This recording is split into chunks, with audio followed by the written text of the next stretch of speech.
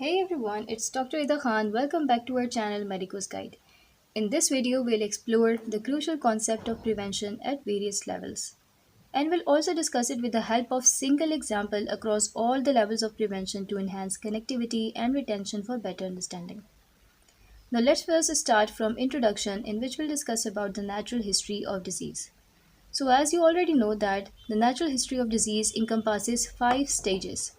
First one is underlying, then susceptible, subclinical, clinical, and then the last one is recovery or disability or death. Now in parallel, the preventive health measures have been categorized into similar stages to address each phase effectively. And these preventive stages are known as primary prevention, secondary prevention, tertiary prevention, and quaternary prevention. Collectively, these strategies not only aim to prevent disease onset through risk reduction but also mitigate downstream complications of established diseases. Now, let's first talk about primordial prevention. Primordial prevention aims to prevent the development of risk factors in populations. This level of prevention targets the root causes of diseases and aims to prevent the emergence of risk factors that could lead to health problems in future. Now, what are the examples of primordial prevention? So, implementing policies to promote healthy lifestyles from childhood, such as promoting physical activity, eating healthy habits in schools, or implementing policies and interventions to promote healthy behaviors and lifestyles, such as discouraging smoking, promoting regular physical activity, and encouraging healthy eating habits. By fostering a supportive environment for healthy choices, primordial prevention addresses societal factors that contribute to disease development. Now, what are the prevention strategies at this level? So, government policies like increasing taxes on cigarettes and reducing tobacco advertisements, then creating built environments with safe walking paths and access to stores offering healthy food options. These can be the examples of it. Now, let's summarize the primordial prevention. Primordial prevention was introduced in 1978 and it targets risk factor reduction across entire population by addressing social and environmental conditions.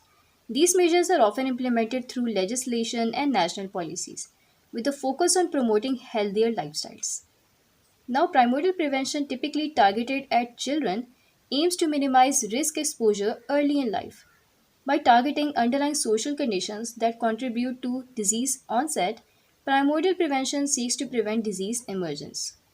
For example, improving access to safe sidewalks in urban neighborhoods promotes physical activity and thereby reducing risk factors for obesity, cardiovascular disease, and type 2 diabetes. Now, let's move on to our next level of prevention, that is primary prevention. Primary prevention focuses on preventing the onset of diseases or health conditions. Primary prevention focuses on preventing the occurrence of disease or health conditions before they occur by eliminating or reducing exposures to risk factors. For example, vaccination programs to prevent infectious diseases like measles, polio before individuals are exposed to pathogens. So, immunization programs are classic examples of primary prevention. By vaccinating individuals against infectious diseases like measles, mumps, rubella, primary prevention aims to prevent the initial occurrence of these illnesses in the population. Now, what are the prevention strategies that can be taken at primary prevention? These are immunization to prevent infectious diseases, tobacco cessation programs to help individuals quit smoking, needle exchange programs to reduce the spread of blood-borne infections, and micronutrient supplementation programs to address deficiencies. Now let's summarize the primary prevention. Primary prevention entails measures directed at susceptible population or individuals with the goal of averting disease occurrence altogether. This approach targets healthy individuals and employs activities that limit risk factors or bolster immunity to prevent disease progression from susceptibility to subclinical stages. So, immunization exemplify primary prevention as they aim to prevent infectious diseases from manifesting in the susceptible individuals. Now, let's talk about secondary prevention. Secondary prevention involves early detection and intervention to halt or slow down the progression of a disease. Secondary prevention involves early detection and intervention to identify and treat diseases or health conditions in their early stages, thereby preventing further progression or complications. Now, the example of secondary prevention is regular screenings for conditions like hypertension or diabetes, allowing for early detection and management to prevent complications. Regular screenings for various conditions such as cancer, hypertension, diabetes are forms of secondary prevention. And these screenings enable healthcare providers to detect diseases early when they are more treatable, so potentially saving lives and reducing the severity of disease impact. Now, what are the prevention strategies taken at secondary prevention? So, the first one is Pap Nicolo or the PAP smear for early detection of cervical cancer, mammography for early detection of breast cancer, colonoscopies for early detection of colon cancer, blood pressure screening to identify hypertension early. Now let's summarize secondary prevention. Secondary prevention emphasizes early disease detection and targets seemingly healthy individuals with subclinical disease.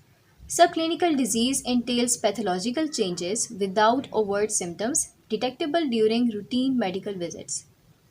Secondary prevention often takes the form of screenings to identify diseases at subclinical stages before symptomatic progression occurs.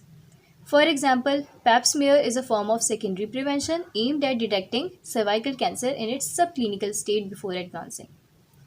Now let's move on to tertiary prevention. Tertiary prevention aims to improve quality of life and reduce the impact of established diseases or conditions. So, tertiary prevention focuses on managing and improving the quality of life for individuals who have already been diagnosed with a disease or health condition, with the goal of preventing complications, disability, and further deterioration. Now, let's talk about the examples of the tertiary prevention. So, for example, cardiac rehabilitation programs for individuals who have experienced a heart attack, helping them regain strength and function while reducing the risk of future cardiac events. Or rehabilitation programs for individuals who have suffered a stroke or heart attacks are forms of tertiary prevention. And these programs aim to help patients regain function, mobility, and independence, minimizing the long term effects of disease and improving overall quality of life. Now, what are the prevention strategies taken at tertiary prevention? So, for instance, occupational and physical therapy for burn patients to improve function and mobility, cardiac rehabilitation for post myocardial infarction patients to improve cardiovascular health, diabetic foot care to prevent complications such as ulcers and infections. Now, let's summarize the tertiary prevention. Tertiary prevention addresses both the clinical and outcome stages of disease and is implemented in the symptomatic patients. Its objective is to mitigate disease severity and associated sequelae. Unlike primary and secondary prevention, which focus on preventing illness onset, tertiary prevention aims to ameliorate disease effects once established in an individual. Rehabilitation efforts are common forms of tertiary prevention. Now let's talk about quaternary prevention. Quaternary prevention, defined by Wonka International Dictionary for General Family Practice, refers to action taken to protect individuals from medical interventions likely to cause more harm than good. Initially proposed by Mark Jamal, quaternary prevention primarily targeted patients with illness but without diagnosed disease. Recently, its definition has evolved to encompass protection from potentially harmful medical interventions and management of medically unexplained symptoms, functional disorders, and bodily distress syndrome to avoid unnecessary interventions. Now, let's summarize the quaternary prevention. Quaternary prevention, an integral aspect of preventive healthcare, is a concept focused on protecting individuals from unnecessary medical interventions that may cause more harm than good. It aims to safeguard patients from over medicalization and over treatment, particularly in situations where medical interventions offer little or no benefit or pose risk of adverse outcomes. Now, what are the key principles of quaternary prevention? Number one, identifying over medicalization. So, quaternary prevention involves recognizing situations where medicalization or process of defining normal conditions or problems as medical issues requiring intervention may lead to unnecessary medicalization. And this includes instances where the risk of medical intervention outweigh the potential benefits, leading to overtreatment or harm. Number two, protecting patients. The primary goal of quaternary prevention is to protect patients from unnecessary medical interventions that may result in physical, psychological, or social harm. This entails promoting shared decision making between healthcare providers and patients, ensuring that interventions are ethically justified and aligned with patients' values and preferences. And number third is ethical consideration. So, quaternary prevention emphasizes ethical considerations in healthcare decision making, particularly regarding the appropriateness of medical interventions. Healthcare providers should prioritize interventions that offer clear benefits while minimizing harm, avoiding unnecessary medicalization, and respecting patients' autonomy and rights. Now, let's talk about examples of quaternary prevention. The first example is limiting overdiagnosis. Quaternary prevention involves minimizing the risk of overdiagnosis, which occurs when the individuals are unnecessarily labeled as having a disease or condition that wouldn't cause harm if left untreated. This may involve refraining from conducting unnecessary medical tests or screenings that may lead to overdiagnosis or overtreatment. Number two is avoiding unnecessary treatments. Quaternary prevention advocates for avoiding unnecessary medical treatments, procedures, or interventions that offer little or no benefit to patients or may pose risk of harms. This includes critically evaluating the appropriateness of medical interventions and considering alternative approaches that prioritize patients' well being. And the last one is promoting informed decision making. Quaternary prevention encourages informed decision making among patients, empowering them to make choices regarding their healthcare that are aligned with their values, preferences, and individual circumstances. This involves providing patients with comprehensive information about the risks, benefits, and alternatives to medical interventions, enabling them to make educated decisions about their care. Now, let's summarize the quaternary prevention. So, overall, quaternary prevention plays a vital role in promoting patient centered, ethical healthcare practices by protecting individuals from unnecessary medicalization and overtreatment. By prioritizing patient well being and minimizing the risk associated with medical interventions, quaternary prevention contributes to delivery of high quality, evidence based healthcare that respects patients' autonomy and rights. Now let's use the example of preventing cardiovascular disease, that is CVD, to illustrate each level of prevention. So first comes the primordial prevention. At the primordial prevention level, initiatives focus on promoting healthy lifestyles and creating environments conducive to heart health. For example, implementing policies to encourage physical activity in communities, promoting access to healthy foods, and raising awareness about the dangers of smoking. By addressing societal factors that contribute to CVD risk, primordial prevention aims to prevent the emergence of risk factors like obesity, hypertension, and high cholesterol. Now, let's discuss it with the help of primary prevention. In primary prevention, the focus is on preventing the onset of CVD by addressing risk factors before they lead to disease. For instance, providing education about the importance of regular exercise, healthy eating habits, along with encouraging individuals to undergo regular health screenings to monitor blood pressure, cholesterol levels, and other indicators of heart health. Additionally, promoting smoke cessation programs to reduce the risk of developing CVD among smokers. Now, secondary prevention. Secondary prevention involves early detection and intervention to identify individuals at risk of CVD or those who already have early stage heart disease.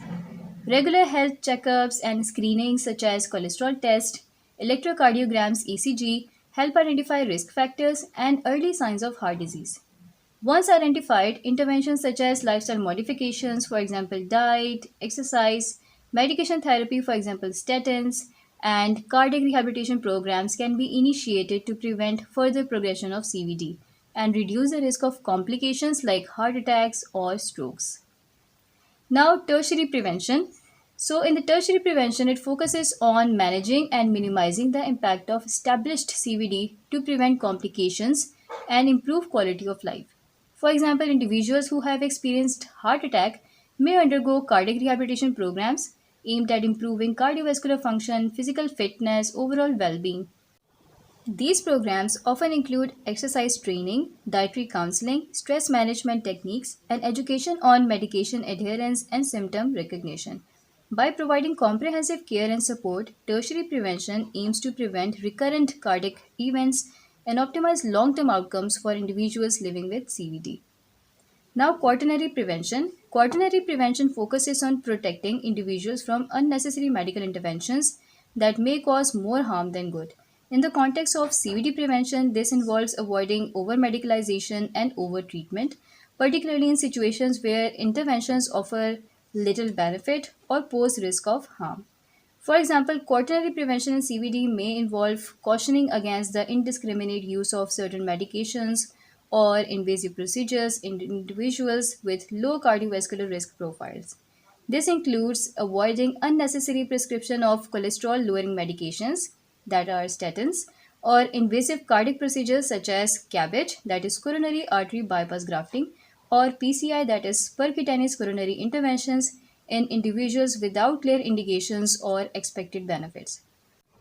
By promoting judicious use of medical interventions and ensuring that treatments are evidence based and ethically justified, quaternary prevention helps safeguard individuals from unnecessary medicalization and potential harm while maintaining a patient centered approach to CVD prevention.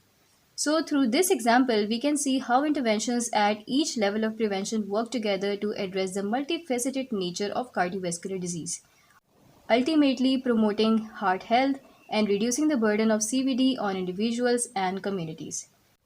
Now, let's talk about the clinical significance of the levels of prevention.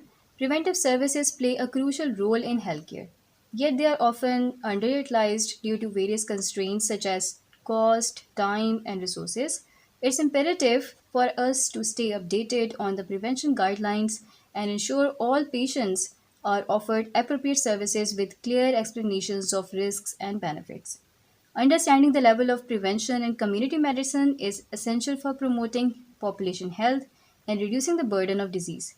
By implementing strategies at each level, we can work towards building healthier communities and improving overall well being.